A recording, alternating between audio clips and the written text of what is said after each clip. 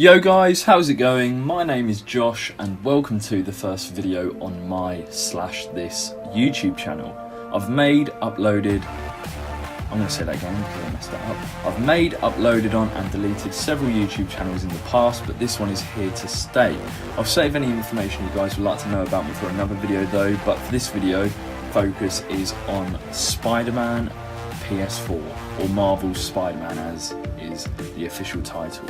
That's right, the most anticipated video game ever, at least for me. I seriously cannot wait to play this game, and I have a strong belief that this game will not only be the best Spidey game that I'll play or have played, or the best superhero game that I have played or will play, but I am quite positive it's going to be one of the best games I'll have ever played and ever play in general. Anyway, getting into what this video is going to be about, if you couldn't tell already from the title, Insomniac Games the other day did a live stream where they were doing a recap of what was shown at E3 2018.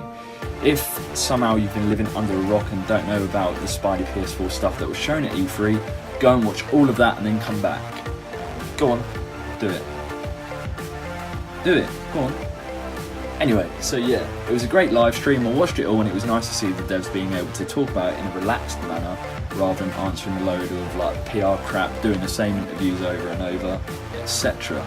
A lot of stuff was talked about during the stream, a lot of new stuff was shown as well, which was awesome, but I'm going to be talking about some of the stuff you guys may have missed.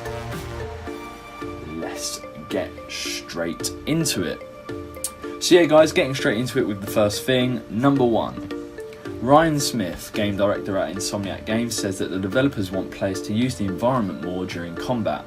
During gameplay of the Raft Breakout demo, Spidey throws an electrical box at an enemy and the electricity from that spreads to others. This is similar yet... I'm going to say that again. This is similar, different, yet better. I'm going to say that again. This is similar, yet different, yet better than the Batman Arkham games in my opinion, specifically Arkham Knight, which incorporated a lot of environmental takedowns with spotlights. You'd be able to do that when playing as Batman. The reason why it's better in my opinion though is because with Batman you had to be standing right near the object to activate the takedown, which was a cinematic takedown as well. Whereas with Spidey, what you can see above, I'll try and put a clip above, or a screenshot, yeah, with Spidey it's much less linear and Spidey can use his abilities to bring the environment to him, if that makes sense. So he can use his webs to bring the electricity box to him to throw, rather than having to stand near the box to activate the takedown. As I said, I'll put a screenshot / clip of what I'm talking about on screen for you. But yeah, it demonstrates variety and improvisation during combat, which is both important for an accurate representation of the character and is important for players too, as they can make their own choices during combat and feel like Spidey all the while. Moving on to the second thing you may have missed from the E3 livestream, Brian Intihar, creative director at Insomniac Games, as well as some of the other devs, talk about a first half to the Raft mission that you're seeing on screen that is tied more to Rikers Island. Now I know that Evan Falaka touched upon this yesterday in his live stream recap. I don't know if it was yesterday or today, it might have been today for me, like early morning today, because I live in the UK and I think it's from the US. Yeah, but it's cool to see that that the Marvel lore is ever present in the missions and serves an important role in the story. Intihar also talks about working with the police more, I think, during the first half of that mission, which in my opinion is great, as it adds depth, length and story to the mission so that players won't get bored. But let's be honest, like that will happen with this game. Sorry, The Amazing Spider-Man 2. Moving on to the third thing. Oh yeah, sorry, before I do that, I will add timestamps to these points I'm making so that no one can accuse me of lying and making stuff up. Yeah, anyway, moving on to the third thing that you guys may have missed from the live stream the other day. It is also said that during the live stream, it's also said during the live stream, that the Electro chase section of the Raft mission we saw is not linear / scripted. What is meant by this is that there is not a main path of the chase that players will have to take. Players are free to chase after Electro how they wish within reason. What I'm talking about is during a section of the demo where Spidey is swinging after him outside when it's raining and he's parkouring over all the debris and all of the damage that Electro is causing.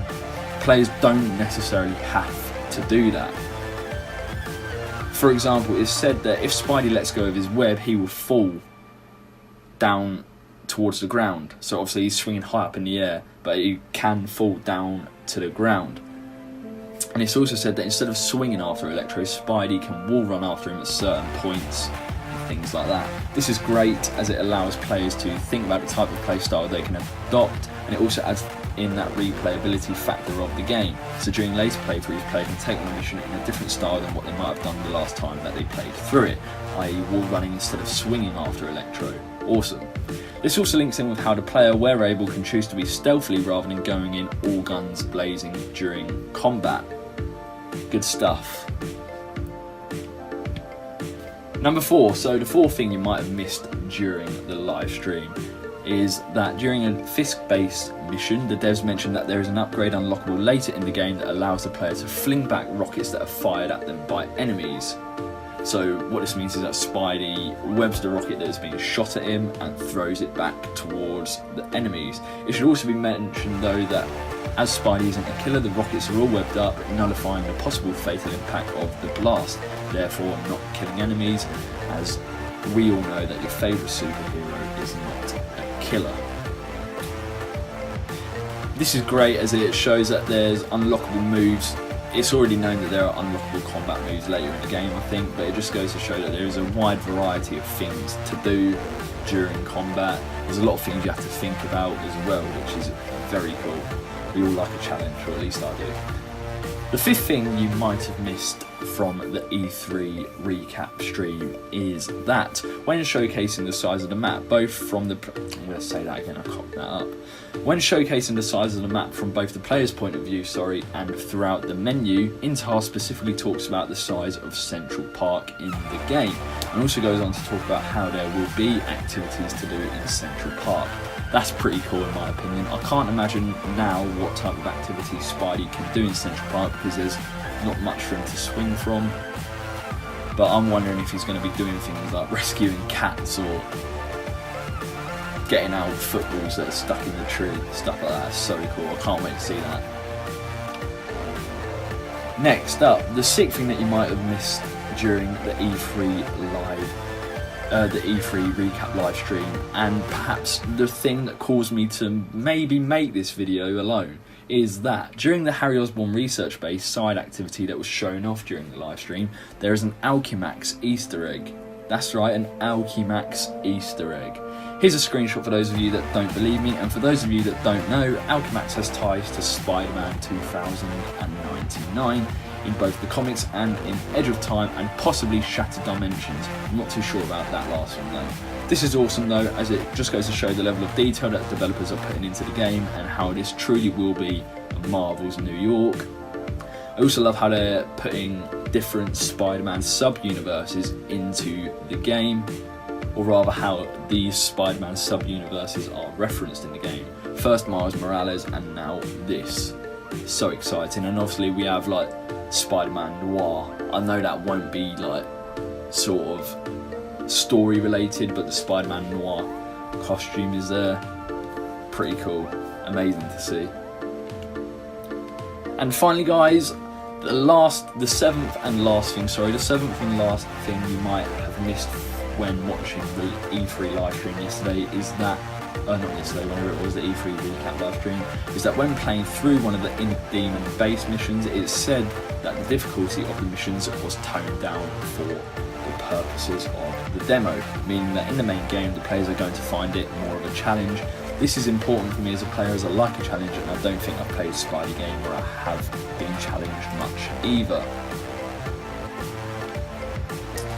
I just hope that that's the same for like all side activities, like Fisk based, etc.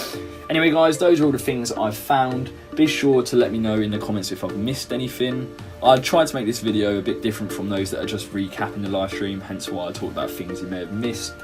And yeah, that's where I'm going to leave this video guys. Bear with me as well, more videos coming soon, better quality videos.